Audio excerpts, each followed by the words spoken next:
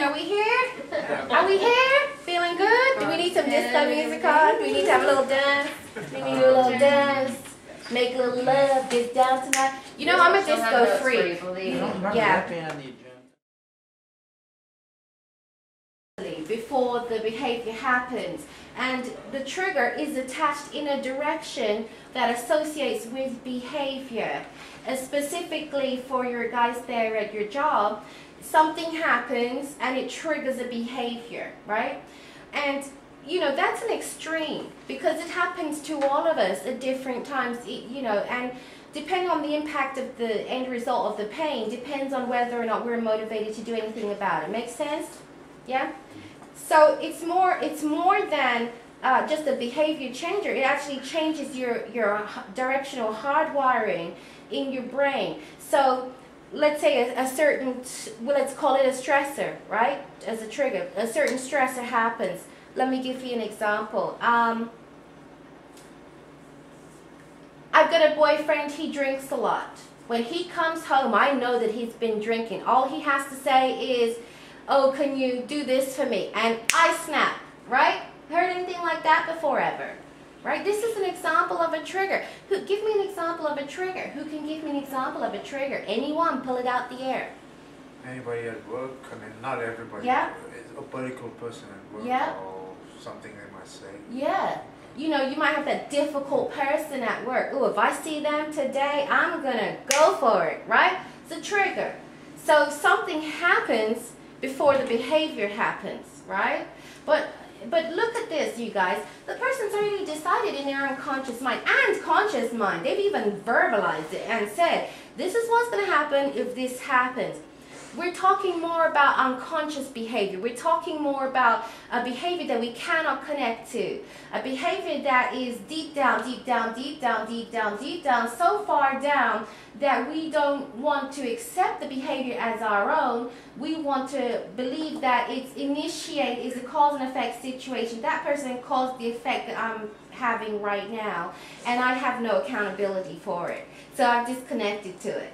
So I don't even know how it started. If you asked me, it would take me a while to find it, right? Make sense? Yeah, it could be something somebody else, like a look that you got from somebody. Yes. Years gone by, and then all of a sudden the person you've never met gives you the same look, and it triggers yes. a response. Yes, exactly. Because, check it out, you guys. We've got all this unresolved anger. Where can we put it? You know, let's find a target, right? Let's just find a target, any old target. You know, who can we dump it on? And, you know, then later on, what story can we create to say, well, this was the reason why I'm justified. I don't have any accountability because it wasn't my fault. You saw, did you hear the way that he spoke to me, right? Okay, so this is what we're talking about now, triggers, right?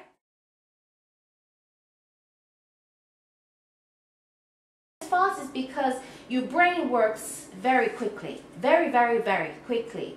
So, for example, let me give you an example. Yeah, who guys have seen these cartoon books that you flip through? Have you seen them? You know, now if you take one page and lick it over and do that, you can't get it, right? You can't get the man dancing, can you? You've got to do it quickly because our brain works that fast. Our brain is the thing that decodes that. But our brain can't get it when it's too slow.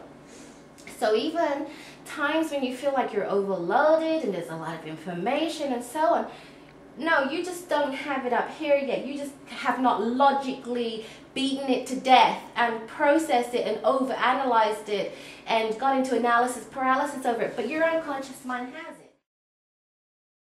Sequence of them, but they're not going to use all of them as much. Chances are they're going to use a combination of these top three: visual, auditory, kinesthetic, and interchangeably.